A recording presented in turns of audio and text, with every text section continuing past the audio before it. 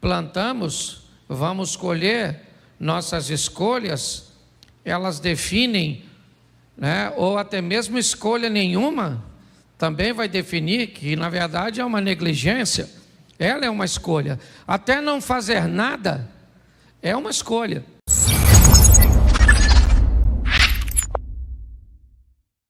De um tempo para cá, eu tenho buscado oferecer às pessoas que me ouvem o nível de responsabilização, o nível de conscientização diante daquilo que vivem e diante de seus resultados. É bom entendermos o que é a regra na Bíblia e o que são as exceções. Elas existem. É muito legal alguém usar um texto como, por exemplo, um texto de Jó, para descrever o ambiente de sofrimento das pessoas, porque Jó sofreu sem ter culpa nenhuma, porque o diabo passou à frente de Deus e Deus perguntou: "Tende visto meu servo Jó, homem íntegro, reto, temente, se desvia do mal?" E o diabo então, nesse diálogo com Deus, recebe a autorização para mexer nos pertences de Jó, para mexer na saúde de Jó. É verdade, mas me dê outro exemplo além desse. Me parece que esse é um modelo existente, mas não é a regra. A regra é lei de semeadura. Aquilo que plantamos, vamos colher. Nossas escolhas, elas definem, né? Ou até mesmo escolha nenhuma, também vai definir que na verdade é uma negligência. Ela é uma escolha. Até não fazer nada é uma escolha. E muitas pessoas olham para o exemplo de Jó, e eu não vou dizer que ele não pode acontecer no decorrer da sua vida em algum momento, mas ele não é a regra. A regra é o que você está recebendo da vida, é a via de regra o que você está mandando para ela. O que você recebe do seu casamento é o que você manda para seu casamento. O que você recebe de suas finanças é o que você manda para lá. Então eu queria que você primeiro desse uma olhada comigo em dois momentos do indivíduo que eu quero usar aqui como exemplo. Coloca para mim, por favor, primeiro livro do profeta Samuel, capítulo 18, verso 6. Sucedeu, porém, que vindo eles, quando Davi voltava de ferir os filisteus, as mulheres de todas as cidades de Israel saíram ao redor, ou saíram ao encontro do rei Saul, cantando e em danças, com adufes, com alegria, e instrumentos de música.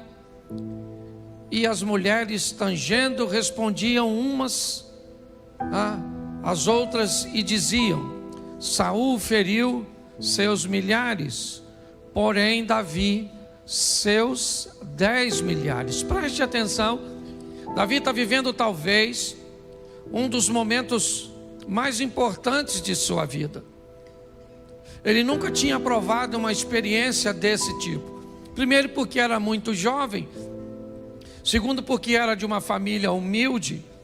Terceiro porque nunca havia se destacado dessa forma. Nesse momento ele está chegando após a vitória contra o gigante Golias. E essa vitória motivou os soldados que estavam nas fileiras de batalha, e eles correram atrás dos filisteus. E agora, ao chegarem, as mulheres vão ovacionar Davi, elas vão engrandecer o seu nome. Ele vai se tornar grande no ambiente militar. Ele tornou o exército do Senhor um exército respeitado. Mostrou que um menino com uma tiradeira na mão e com um pedacinho de pau foi capaz de vencer a maior oposição. Um ambiente de afronta que já durava 40 dias sem sequer um candidato se apresentar para lutar contra o gigante. Davi vence Golias, ajudado por Deus, certamente, e todos sabiam disso, inclusive Saul, que vai passar a persegui-lo depois dessa data. Põe para mim, por favor, segundo livro do profeta Samuel, capítulo 12, verso de número 15. Bom, aqui nós temos o mesmo Davi. Então Natã foi para a sua casa, e o Senhor feriu a criança que a mulher de Urias dera a Davi, e a criança adoeceu gravemente. E buscou Davi a Deus pela criança, jejuou Davi, e entrou, passou a noite prostrado sobre a terra.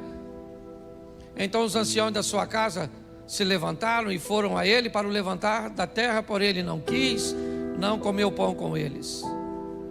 Sucedeu ao 7º dia que morreu a criança. Preste atenção, o momento de dor, de perda, de angústia, de sofrimento. Agora Davi vai ter que se levantar e sepultar seu filho. Quem é Davi? O mesmo do capítulo anterior lido. O mesmo rapaz. Agora um homem que foi ovacionado pelas mulheres, que foi respeitado pelos soldados. Agora, seus soldados sabem que ele fez nada menos ou nada mais que nada menos que deitar-se com uma mulher que era esposa de um de seus oficiais. Seu homem de confiança era Urias. Bom, se ele ganha o respeito no capítulo 18 de 1 Samuel, porque defendeu o exército, agora ele perde o respeito, porque se deitou, um cara dissimulado mandou matar o homem, cujo qual ele era o traidor. Deus então disse a Davi, o mesmo Deus que deu vitória a Davi contra gigante, o mesmo Deus que fez com que aquela pedra transpassasse os obstáculos que tinha pela frente e acertasse a fronte do gigante, é o mesmo Deus do capítulo 12 que manda o profeta Natã ir a Davi e dizer para ele tantas desgraças.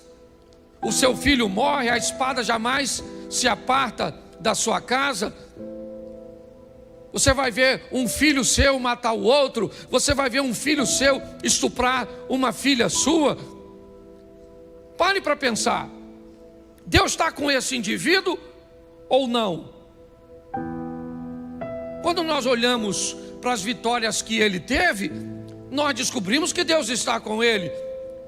Quando nós olhamos para as derrotas que ele teve, nós descobrimos que também Deus está com ele, simplesmente não está defendendo. Eu preciso fazer uma reflexão com vocês sobre vida eterna e vida terrena.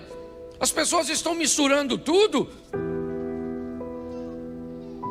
Nós precisamos ter um entendimento que são duas coisas bem distintas, ainda como o Abner citou, elas andem bem atreladinhas. Bom, queremos vida eterna, queremos salvação, então é simples demais. O carcereiro está querendo tirar a sua vida, e Paulo diz, crê no Senhor Jesus e será salvo tu e a tua. Preste atenção, que história é essa? Que coisa doida é essa? O cara crê em Jesus e ele vai ser salvo, eu entendo, mas como é que a casa dele vai ser salva, Abner? Se a salvação é individual. O que a Bíblia está querendo dizer? Que quando eu creio em Jesus, quando eu me torno cristão, eu salvo a minha vida e salvo a vida da minha casa. Será que eu tenho autorização de Deus para salvar a minha casa? Esse negócio virou coletivo? Não! O que a Bíblia está querendo dizer é que quando alguém é salvo de verdade, quando alguém pega a palavra de Deus e coloca na sua vida como regra de fé em prática, é só uma questão de tempo a quem está ao redor dele também seja alcançado. Vamos para o salmista, prepara uma mesa perante mim, na presença dos meus inimigos, unja a minha cabeça com óleo e o meu cálice transborda. Imagine que essa é a nossa mesa. Você está sentado aqui e seus familiares estão ao redor. Você é esse copo, preste atenção. Esse é Deus, esse é você, seus parentes estão aqui. Vamos lá.